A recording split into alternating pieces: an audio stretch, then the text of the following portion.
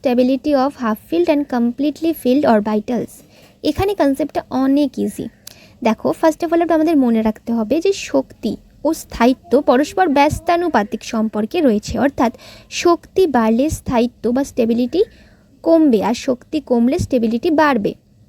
দ্বিতীয়ত আমাদের মনে রাখতে হবে যে অর্ধপূর্ণ উপকক্ষের স্থায়িত্ব বেশি যেহেতু শক্তি কম, আর সম্পূর্ণরূপে ভর্তি উপকক্ষের স্থায়িত্ব কম যেহেতু শক্তি বেশি। মানে ব্যাপারটা এরকম যে আমরা বেশি খেলে আমাদের গায়ে বেশি শক্তি হয়, কম খেলে কম শক্তি হয়, যেহেতু শক্তিটাই থাকে খাবারের মধ্যে। এখানেও ব্যাপারটা এরকম যে এখানে তো অর্ধপূর্ণ রয়েছে, তার মানে শক্তি তো কম হবেই, তাই স্থায়িত্ব বেশি। আবার এখানে সম্পূর্ণ যদি হয় তাহলে সেখানে শক্তি বেশি হবে, মানে স্থায়িত্ব কম হবে, স্টেবিলিটি কম হবে।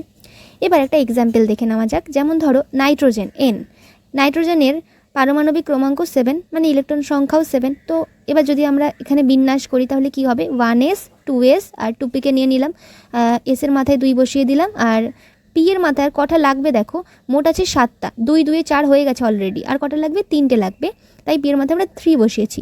এবার লক্ষ্য করো আমাদের পি কিন্তু সর্বোচ্চ 6টা ইলেকট্রন নিতে পারবে, কিন্তু তাকে দেওয়া হয়েছে 3টে, তার মানে এটা কিন্তু অর্ধপূর্ণ রয়েছে, সম্পূর্ণ ভর্তি হয়নি।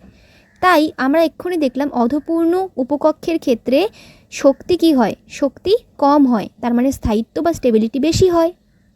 ঠিক আছে, তার মানে নাইট্রোজেনের স্টেবিলিটি কিন্তু বেশি। এবার যদি হয় ম্যাগনেশিয়াম, ম্যাগনেশিয়ামের ইলেকট্রন বিন্যাস আমরা একটু আগেই দেখলাম, 1s2 2s2 2p6 আর 3s2। তাহলে দেখো এখানে কিন্তু লক্ষ্য করো এসের মাথায় 2 আছে আর পি এর মাথায় 6 আছে, মানে যার যেটা প্রয়োজন আমরা তাকে সর্বোচ্চই দিয়েছি। এসের সর্বোচ্চ 2টো ধারণ ক্ষমতা, তাই 2, আর পি এর ক্ষেত্রে 6টা ধারণ ক্ষমতা 6 দেওয়া হয়েছে, তার মানে এটা কিন্তু সম্পূর্ণরূপে ভর্তি উপকক্ষ, তার মানে এর কিন্তু শক্তি বেশি, তাই স্থায়িত্ব বা স্টেবিলিটি কম। এরকম আরও ভিডিও পেতে চ্যানেলটিকে সাবস্ক্রাইব করে দাও এবং বেল আইকনটিও প্রেস করে দাও। ধন্যবাদ।